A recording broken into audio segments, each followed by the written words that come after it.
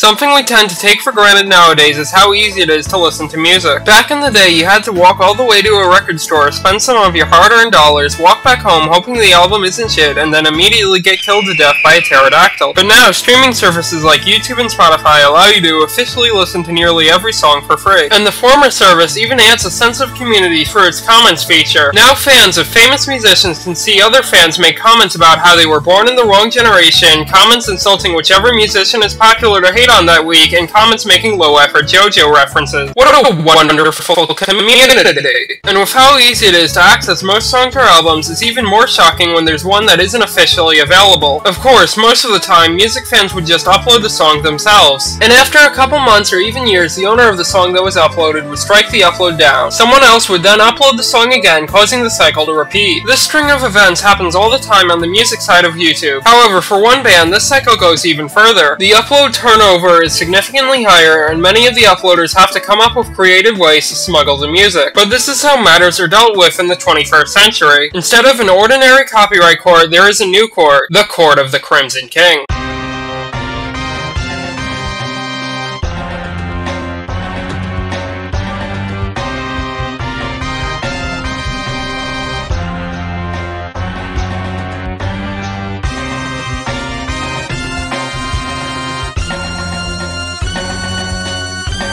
Hey, quick disclaimer, just because you never know what's going to happen, I do not endorse piracy of any type of media, except in cases where it is the only practical option. I also do not endorse the industry practices that would make piracy seem appealing in the first place. The purpose of this video is not to side with either party I will be discussing, but rather to explain a part of internet history for the purposes of entertainment. If you want my honest opinion on this topic, it would probably be some enlightened centrist take, but I do not intend to deliver any further comment except maybe in jest. Disclaimer over. The band in question is King Crimson. King Crimson is a British progressive rock band from the late 60s, most well known for their 1969 debut album, In the Court of the Crimson King, which was one of the most influential ones in the prog rock genre. However, for the longest time, this album and the rest of the band's discography were unavailable on mainstream websites like YouTube or Spotify. Instead, King Crimson fans and would-be fans would have to settle for purchasing physical albums or purchasing songs on the band's website, Discipline Global Mobile. If you're wondering why this is the case, there's two main reasons. The first is as simple as just getting money. King Crimson is unique because while the internet age has resulted in a decrease in the sales of the physical releases of most artists, the band's physical releases actually had increasing sales. And so holding off on digital releases makes sense from a business standpoint because the amount of lost profits would be greater than those of other musicians. But the second reason deals with Robert Fripp, the band's founder and guitarist. Fripp's philosophy when it comes to music is very complex, which is why I would recommend this video by a channel named Pseudonym. The link is in the description, and I'm sure they could use my subscribers. All 50 of them. But the TLDR is that Fripp is someone who desires a heavy amount of creative control and has frequently butted heads with the rest of the music industry, which he deems as exploitative. A notable incident involving this tendency of Fripp was in 2012, where he briefly walked away from the music industry citing various grievances. These grievances include Universal Group's unauthorized releases of some of his songs, and also the time where presidential candidate Kanye West sampled the King Crimson song 21st Century Schizoid Man for his 2010 song Power. In fact, there is actually video footage of Robert Fripp's raw reaction to the latter event, which I will play now. Yes, Kanye West, he likes fingers in his ass.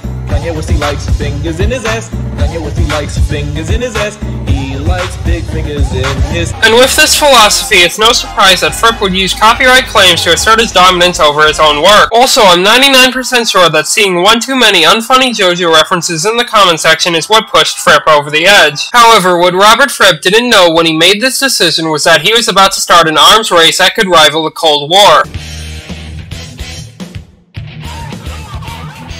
Randos on YouTube did what they normally did in this situation, upload the music themselves. This would normally work for the average musician, but Fripp was not the average musician. Both Robert Fripp and King Crimson are partnered with Aviator Management, a German company that describes itself as the world leader in the location and enforcement of audiovisual rights. As a result of this partnership, Aviator Management would use advanced technology to swiftly take down the uploads of King Crimson's music. And so, both Robert Fripp and Aviator Management had effortlessly crushed the hopes hopes and dreams of each and every King Crimson fan. But unbeknownst to both of the two was the fact that King Crimson fans weren't going to go down without a fight. And a fight it was, as these fans used every tactic at their disposal in an attempt to gain the upper hand. The first tactic to smuggle King Crimson's music onto YouTube was the simplest, a Trojan horse strategy. If the uploaders could convincingly disguise the contents of the album, they would have successfully thwarted Robert Fripp. The first move was to just title the video Not in the Court of the Crimson King, and also politely discourage Robert Fripp from interacting. However, this plan failed, so future re-uploads were going to require a lot more creativity. The contents of the album were disguised as ones from various other artists such as Rush, Metallica, David Bowie, 6ix9ine, and Johann Sebastian Bach. Hey look, it's the opening to one of those famous animes. Kind of weird that you have to wait 40 minutes for the episode to begin though. Some uploaders decided to enlist some of the world's greatest minds to aid their cause, including but not limited to famous Norwegian artist Edvard Munch, an elite French mercenary renowned for their skill at espionage, and last but not least, the greatest scientist of our generation. I'm Pickle Rick! Unfortunately for the re-uploaders, this strategy did not work as well as it did in theory. While the branding of the uploads was changed, the actual contents were still the same, allowing Aviator Media to easily detect said uploads. And so the re-uploaders went to work on a new strategy, distorting the music in order to fool YouTube's automatic detection system. They tried various edits to the album, lowering the quality, reversing the audio, getting rid of the audio completely, and gnoming Robert Fripp. These tactics had a better rate of success than the Trojan horse strategy, as while some uploads were taken down, others are still up to this day. But before the re-uploaders could rejoice, there was one small problem they had to deal with. Since these uploads were heavily edited, it would be impossible to listen to the music as usual. This defeated the entire purpose of the edits, which made this operation a failure as well. But there was one last trick up King Crimson fans' sleeves. They could bring the album to one last bastion of freedom, a wretched hive of scum and villainy where even unspeakable evils can occur. The album was uploaded on this unruly website, allowing music fans to finally enjoy their King Crimson in fuck. At this point, it seemed that all hope was lost. However, that wasn't quite the case. In 2019, Robert Fripp and the rest of King Crimson were eventually forced to capitulate and release their music on both YouTube and Spotify. They said this was done because of some bullshit about serving the music, but deep down, I think we all know what really happened. The battle against King Crimson had been won, but the true war between YouTube's users and its copyright system is still ongoing. A couple of months after Fripp's capitulation, a new challenger had entered the ring. Some obscure gaming company called Nintendo or some shit started claiming tracks from the game Fire Emblem Three Houses around the game's release. But Fire Emblem fans were smart and used the knowledge of the King Crimson fans before them to smuggle these tracks as well as the franchise's premium arrangement for good measure. However, both this battle and the one before it are not isolated cases. There are still plenty of similar fights from the past, the present, and the future. Many might wonder if there's some deeper reason for these skirmishes. And to that I say, it just works.